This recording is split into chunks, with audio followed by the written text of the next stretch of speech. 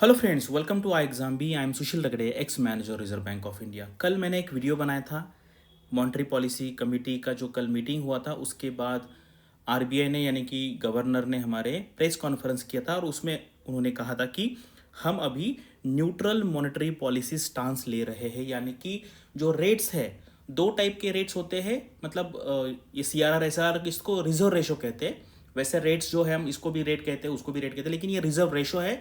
और बाकी जो पॉलिसी रेट वो उसको हम रेट कहते हैं, पॉलिसी रेट। तो वो जो पॉलिसी रेट है उसको चेंज नहीं करने का आरबीआई ने डिसीजन लिया है, उसी को हम कहते हैं कि monetary neutral monetary policy stance.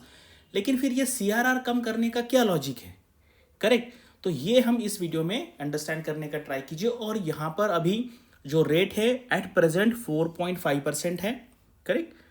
4.5%। अभी कुछ दिन के बाद 4.25% होगा और उसके बाद 4% होगा। तो यहाँ पे अगर आप देखेंगे पिछले 4-5 साल का रेट मूवमेंट यहाँ पे दिया हुआ है। ठीक है, तो चलो यहाँ पे वीडियो स्टार्ट करते हैं।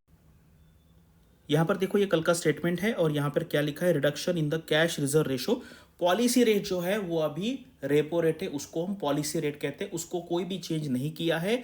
इंस्टेड ऑफ दैट आरबीआई ने एक बहुत ही इंटेलिजेंट मूव किया है, सीआरआर कम किया है। आपको पता है कुछ दिनों से, कुछ महीनों से, सालों से बैंकिंग सिस्टम में एक प्रॉब्लम है। क्या प्रॉब्लम है कि अभी बहुत सारे लोग जा रहे हैं स्टॉक मार्केट की तरफ।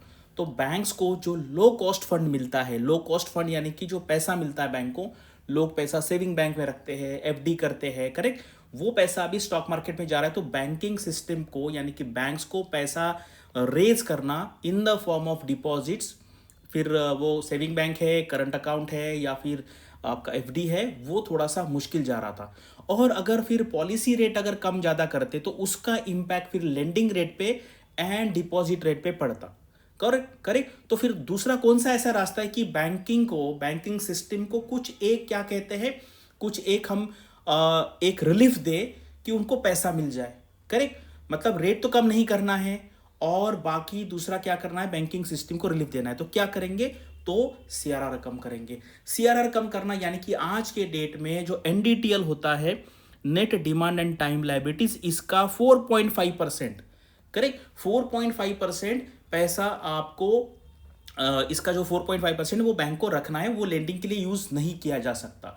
अभी आरबीआई ने क्या किया है, उसको अगर 0.5 से कम करेंगे तो इतना पैसा फ्री हो जाएगा। यानी कि बैंक के पास now they will have 1.16 lakh crore rupees excess में हो जाएगा। यानी एक्सेस यानी कि वो लेंडिंग के लिए भी यूज कर सकेंगे। तो ये एक बैंकिंग सिस्टम को रिलीफ है without changing any, we can say, the policy rates. तो बहुत अच्छा ये मूव है, क्योंकि अगर क्या होता है पता है आपको, पॉलिसी रेट में ऊपर नीचे किया जाता है तो जो इंपैक्ट पड़ता है इन्फ्लेशन पे वो जाता है। यहां पर क्या किया है, थोड़ी लिक्विडिटी भी बढ़ाई गई है। और अभी यहां पे ना बहुत मल्टीपल रीजन है। अगर आप देखेंगे आगे आने वाले टाइम में आपको पता है टैक्स देना पड़ेगा, तो बहुत सिस्टम से पैसा जा भी सकता है।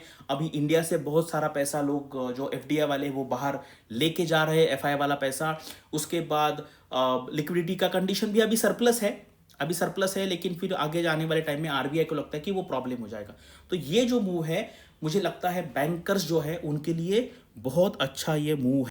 तो यहां पर देखिए, banks get 1.16 lakh crore liquidity injection via 50 basis point CRR reduction.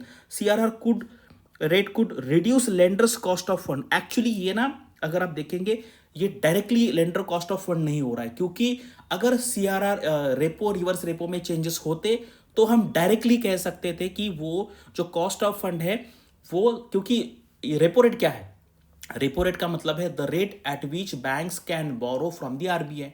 तो बोरोइंग का रेट है तो वो डायरेक्टली रिलेटेड है कॉस्ट ऑफ फंड से। यहां पर क्या हुआ है, ये जो पैसा पहले था लेकिन वो यूज नहीं कर सकते थे लेंडिंग के लिए, अभी वो कर सकते, इसीलिए इन्होंने यहाँ ये कहा है। अदरवाइज कुछ कुछ न्यूज़पेपर में ये भी लिखा है कि इससे directly loss cost of fund पे फर्क नहीं पड़ेगा, इनडायरेक्टली पड़ेगा। तो आपको आज के न्यूज़पेपर में जितने भी आर्टिकल्स आए इससे रिलेटेड वो आपको पढ़ने हैं। अगर आप आरबीआई, नाबार्ड, सेबी, आईएफएससीए आगे आने वाले टाइम में बैंकिंग का इंटरव्यू देंगे तो डेफिनेटली ये क्वेश्चन आपको पूछा जाएगा कि रेपो रेट क्यों नहीं बढ़ाया, कम किया, और instead of that why RBI has decided to reduce this CRR.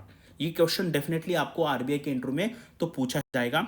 Industry chambers help RBI move to cut CRR by 50 basis point, यानी कि 0.5% से यहाँ पे कम होगा।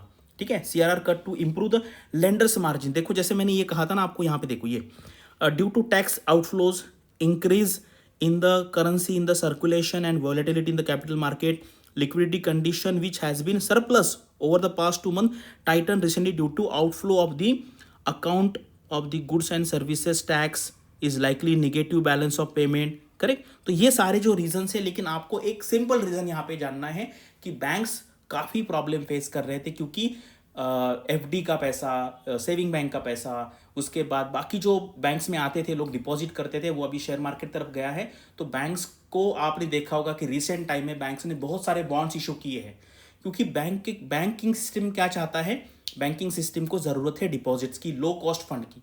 तो वो RBI ने एक रिलीफ दिया है CRR 0.5 कम करने से 1.16 लाख करोड़ रुपीस अभी फ्री हो गए। वो अभी लेंडिंग पर्पस के लिए यूज कर सकते हैं और उससे फिर बैंकों को प्रॉफिट होगा। ठीक है, अब ये थोड़ा मुझे क्या लगता है, ये टेम्पररी मेजर है।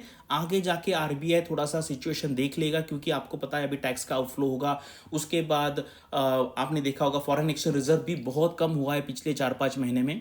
तो ये सारी सिचुएशन RBI देखेगा, इसलिए हर 2 महीने में RBI MPC की मीटिंग लेता है। अदरवाइज आपको पता है साल में 4 लेना है, लेकिन RBI 2 महीने में एक बार लेता है, क्योंकि क्या है, उनको टाइम मिलता है। इसलिए मॉनेटरी पॉलिसी स्टांस जो है वो न्यूट्रल है। स्टिल इन्होंने ये मेजर लिया, तो मुझे लगता है ये बहुत इंटेलिजेंट मूव है RBI ने जो लिया हुआ है अभी रिसेंटली। और एक अब यहाँ पे मैं आपको क्वेश्चन पूछता हूँ, अभी CRR जो है वो 4% हो जाएगा, एट प्रेजेंट 4.5% है। आपको कमेंट सेक्शन में बताना है कि हाईएस्ट CRR अब तक कितना था, करेक्ट, और कौन से पीरियड में था। ये थोड़ा सर्च कीजिए और कमेंट सेक्शन में। Thanks for watching this video and all the best for your studies and upcoming examinations.